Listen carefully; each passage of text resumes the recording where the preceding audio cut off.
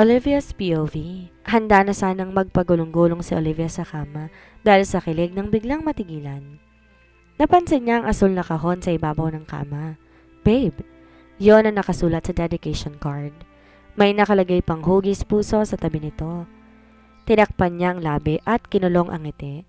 Baka mawalan pa siya ng malay sa sobra niyang kilig. Ang sabi, libro ang narito pero hindi pala. Kumikinang ang mga mata, humarap si Olivia sa nobyo nang maramdaman ang yakap ito sa likuran niya.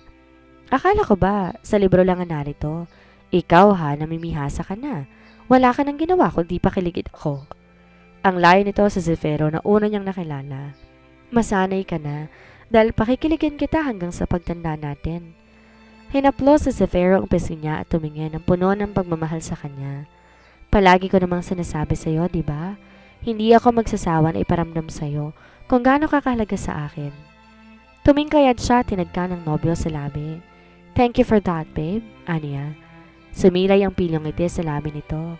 Sabay na tayong maligo. Che, aniya sabay irap. Mahirap kang kasabay maligo, Zefiro, inaabot tayo ng oras. Kumalat ang malakas na halakak nito sa kwarto dahil sa sinabi niya. Pagkatapos si Oliviang maligo at magbihis, sinuot niya ang nakalagay na asul na kahon na nasa ibabaw ng kama kanina. Isa yung gentle style v-neck bubble short sleeve dress. Nag-iwas siya ng tingin nang lumabas si Zefiro sa bathroom nang walang niisamang saplot. Grabe, para nang aakit naman ang lalaking to. Ayaw mo akong sabayan maligo, tapos ngayon maglalaway ka? Ano raw? Maang siyang tumingin kay Zefiro na ngayon magkakrus ang braso habang may ngisi sa labing nakatingin sa kanya. Magbibihis na ba ako? O baka may gusto ka pang gawin tayo bago umalis? Mayabang na tanong nito. Pinaningkitan niya na mata ang nobyo. Kaya ko magpigil, tanda. Ewan ko lang sa'yo. Gumanti siya ng ngisi na makita kung paanong nawala ang ngisi nito sa labi. Tinatawag niya kasi itong tanda para asarin at hindi nga siya nabigo dahil hindi maipinta ang mukha nito. This way, ma'am and sir. Nakayukong giniya sila ng manager sa isang mamahaling restaurant. Nakapaikot ang braso ni Zefiro sa bewang niya habang naglalakad sila. Kinagat niyang labi para pigilan ng pagngiti. Mukha kasing nagtampo talaga to sa pagtawag niyang tanda rito. Inalalayan siyang umupo ni Zefiro bago to naupo sa kaharap niyang upuan. Smile naman dyan, babe. Aniya sa nobyo pero hindi ito kumibo. Babe, huwag ka na magtampo. Inawakan niyang kamay nito pero walang epekto dahil binaling ng binata ang tingin sa ibang direksyon. Ibang klase palang magtampong isang Zefiro maglayon. Bakit nagagalit ka? Matanda ka naman talaga. Tinakpan niya ang labi. Naku naman, Olivia! Sitan niya sa sarili. Di talaga niya minsan mapigilan ng bibig. Pero nagtagumpay siya na mapatingin sa kanya ang nobyo. Yun nga lang naniningkit ang mga mata nito ngayon habang nakatingin sa kanya. Binawi nito ang kamay at nakangisi, sumandal ng upo. Tanda? Ayos lang. Napapapikit ko naman ang mata mo eh. Muntik na siyang malaglag sa kinauupuan nang marinig ang sinabi ni Zefiro. Bunganga mo. Mahina niyang sita. Nakakahiya baka may makarinig. Why? Dahil matanda na ako. Dumukwang si Zefiro at tinilapit ang mukha sa kanya. Baka nakakalimutan mo, babe. Ang matandang tinatawag mo ang mapapangasawa mo at aanakan ka na isang dosena. Tinakpan niya ng kamay ang bibig nito. Oo na, babe. Hindi talaga to titigil. Kumunot ang noon niya na malalang huling sinabi nito. Isang dosenang anak. Tumango si Zefiro kaya mahina niya tong piningon. Anong tingin mo sa akin, baboy? Baboy bang tingin mo? Akala ko ba maganda ako? Yun ang sabi mo sa akin araw-araw ah. Lumamlam ang mata ni Zefiro habang nakatingin sa kanya na puno ng pagsuyo. You're beautiful, babe. Everything about you is beautiful. That's why you captured my eyes as well as my heart. Katulad ng palaging nagagawa ng matatamis na labi ni Zefiro, kumakabog ang puso niya. I love you so much, Olivia. Happy 4th monthsary. Ani Zefiro bago siya nito hagkan sa labi.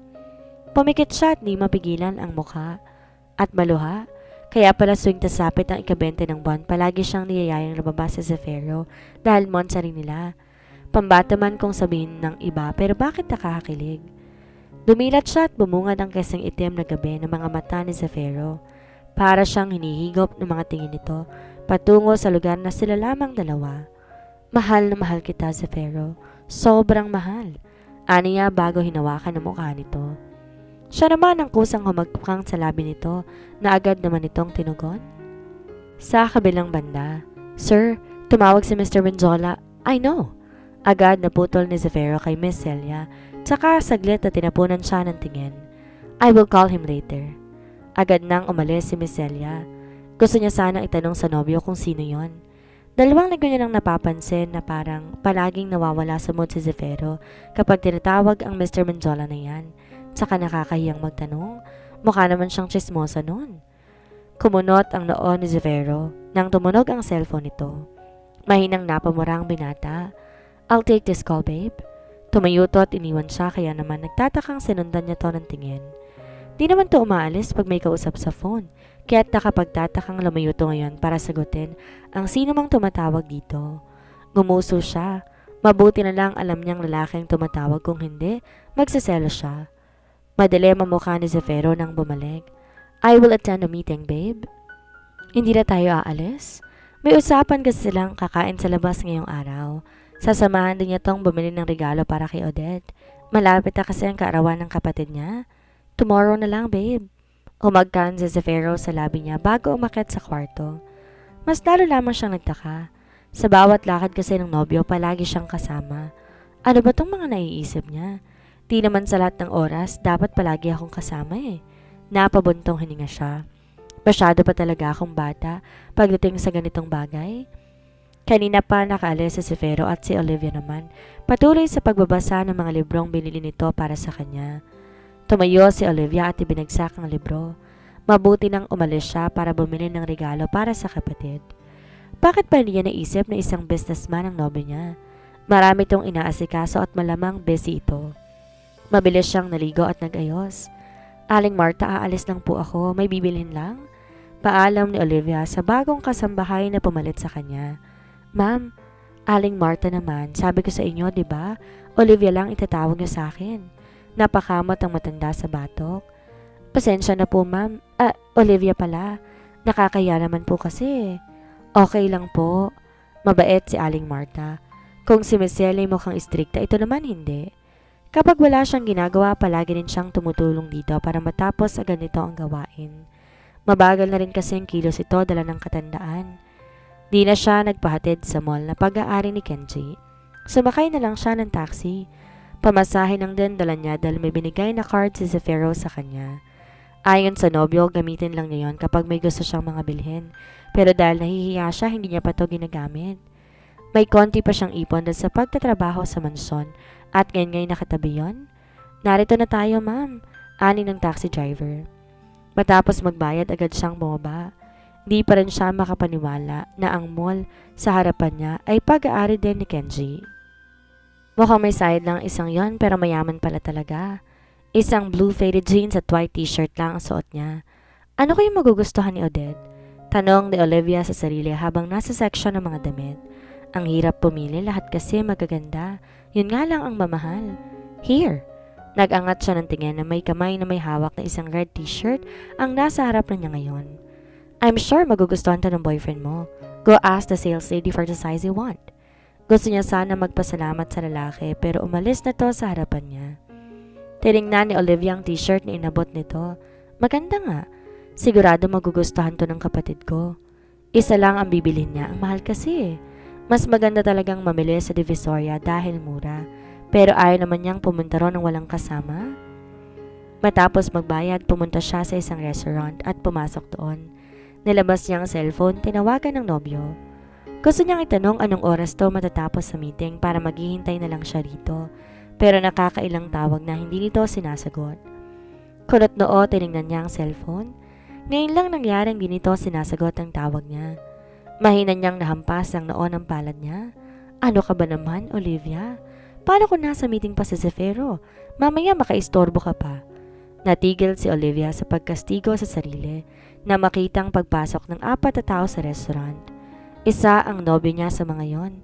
Dahil nasa dulong pwesto niya, hindi siya makikita kaagad. Kumunot ang noon niya. Isang matandang babae at lalaki ang nasa likuran ni Zefiro. Ang kinakunot ng noon niya ay ang babae na nakakapit sa braso ni Zefiro. Gusto niyang tumayo at lapitan sa Zefiro pero hindi niya magawa.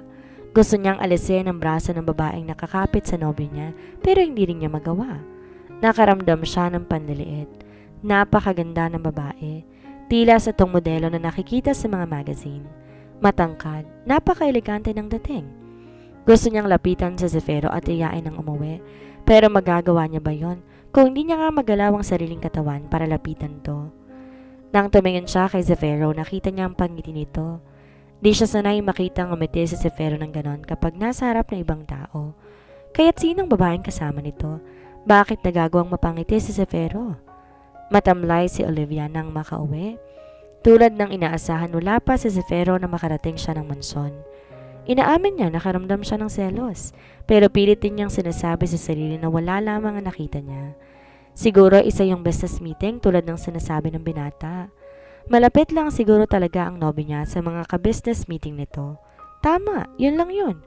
Tsaka baka malapit na kaibigan din ng babaeng yun. Ani niya sa sarili habang naliligo. Mas lalo siyang di mapakali, lalo na't inabot ng gabi sa Zefiro.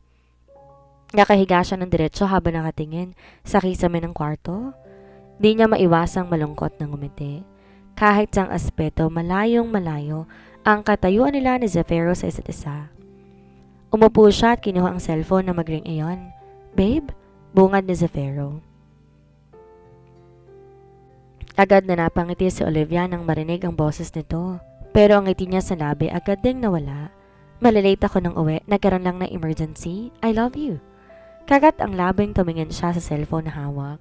Di man lang hinintay ni Zefiro ang sagot niya. Agad nang ibinaba nito ang tawag, gayunpaman, di niya maiwasan mag-alala. Emergency daw? Zefiro's POV. Samantala, iyak nang iyak si Carla habang nakayakap kay Zefiro. Matapos ang meeting, inatake sa pusong ama nitong si Mr. Menjola. Gusto man ni Zefiro ilayo ang dalaga, hindi niya magawa. Siya ang dahilan bakit inatake ang ama nito. Isa sa kaibigan ng mama niya, ang ina ni Carla, one of his mother's best of friends to be exact. Si Carla naman anak ng mga to, kasing edad niyang dalaga at malapit na kapatid niyang si Dennis. Zefiro, you should keep your promise. Hindi matatanggap ni na mom at dad ang gusto mo? Patuloy sa pag-iyak si Carla habang nakayakap sa kanya. Kanina nakipagkita siya para patapatin ang mga to na hindi siya susunod sa gusto ng mommy niya. Naalala niya pa na napangiti siya dahil napag-usapan nilang kapatid niyang si Denise. Tumingin siya sa relong pambisig at napatiimbagang. Siya man ang dahilan kung bakit nasa ospital ang ama ni Carla. Di niya magawang magtagal sa hospital, lalo pa di maalis sa isip niya si Olivia.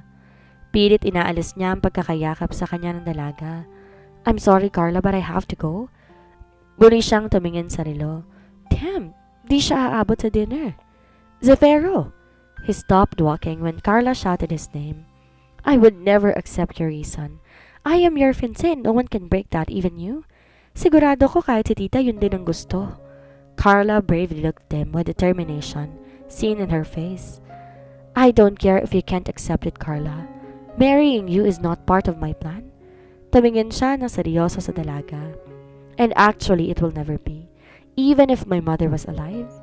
Bumakas ang sakit sa mata ng dalaga pero wala siyang pakialam. Yes, Carla was his fiancé before and mommy lang niya ang may gustong pakasalan niya ito. Pero wala siyang planong sundin iyon, lalo na ngayon. Para sa kanya, matagal ng putol ang tungkol sa kasunduang yon. Nakapagtataka lang bigla siyang kinulit ng mga to tungkol sa kasunduang yon. Pagpasok sa kotse, agad hinilot niya ang sentido. Sinabi niya kay Mr. Menjola na hindi niya pakakasalan ng anak nito, kaya inatake ito sa puso dahil hindi matanggap ang sinabi niya. Maging mommy ni Carla, ganun din. Simpleng pamilya lang ang mga Menjola pero dahil kaibigan nga ng mommy niya si Mrs. Menjola, gusto nito na maikasal siya sa anak nito. Di na usong arranged marriage ngayon. Olivia's POV. Alas 9 pa lang ng gabi ang inaasahan ni Olivia, aabutin si Zefiro ng hating gabi o madaling araw ng uuwi. Hinagkan siya ni Zefiro sa noo. Di siya gumalaw sa kinahigaan at nagpanggap lamang na tulog. Nagtatampo siya. Sana'y hinintay mo lang ni Zefiro na marinig ang I love you niya. Bago ba nito ibinaba ang tawag? Matapos maligo ni Zefiro, tumabit sa kanya at yumakap. Babe, I'm sorry. Huwag ka na magtampo, I promise. Tomorrow, aalis tayo. Di pa rin siya sumagot. Babe, Hindi pa ako kumakain. Ano? Mataas ang boses niya. Bakit di ka pa kumakain? Anong oras na? Nakagat niya ang labi. Nabisi tuloy na hindi talaga siya tulog. Todo ngisi talaga ang mokong habang nakatingin sa kanya. I want to eat with you. Wala akong gana kapag di ka kasabay. Yumakap na mahigpit si Zefiro sa kanya. Maya-maya pa'y nakatuloy na isang kamay nito sa loob ng suot niyang loose shirt. Inis na inalis niya ang kamay nito. Wala raw ganang kumain. Samantalang kanina todo ngiti doon sa babaeng kasama nito. Kumain ka mag-isa, hindi ako guto. Namula ang mukha ni Olivia nang malakas tumunog ang tiyan niya. Anak ng talong naman Bakit di pa nakasama tong tiyan niya? Di ka pa kumain? Kunot ang noon ni Zefiro. Hindi ba't sabi ko sa'yo wag kang nagpapagutom? Kaya ang payat mo Inirapan niya ang nobyo. Payat? Wow ha? Ang sabi mo sa akin sexy ako. Tsaka bakit pinapagalitan mo ako ngayon ikaw nga hindi rin kumain? Nako, baka hindi lang natunawan ng isang to na parami sigurong kain kasama yung magandang babae. Naningkit ang mata niya sa naisip. Why do I have this feeling na may nagawa akong di mo nagustuhan? Napanunok na tanong ni Zefiro habang nakatingin sa kanya. Bakit may ginawa ka ba? Balik tanong niya sa nobyo. Agad na umiling to. Of course wala. Bakit naman ako gagawa ng hindi mo magugustuhan? Ang takot ko lang na iwan mo ko. Anito sabay tawa ng malakas. Tuluyan siyang napangiti. Ang kaninang tampo at selos niya ay nawala. Magtatampo pa ba siya at magsiselos kung ganito siya kamahal ng lalaking to? Tsaka sigurado ko na hindi siya magagawang saktan ni Zefiro. I love you too. Sagot ko yan sa I love you mo kanina. Kain na tayo. Hinila ni Zefiro ang kamay niya dahilan para mapaupo siya sa kandungan nito. I love you more, babe. Isang tili ang kumawala sa labi niya nang mabilis na iga siya nito sa kama. Zefiro naman, pagkain munang asikasuhin mo, wag muna ako. Na matapos silang kumain, kaagad din silang umakyat sa kwarto para matulog na.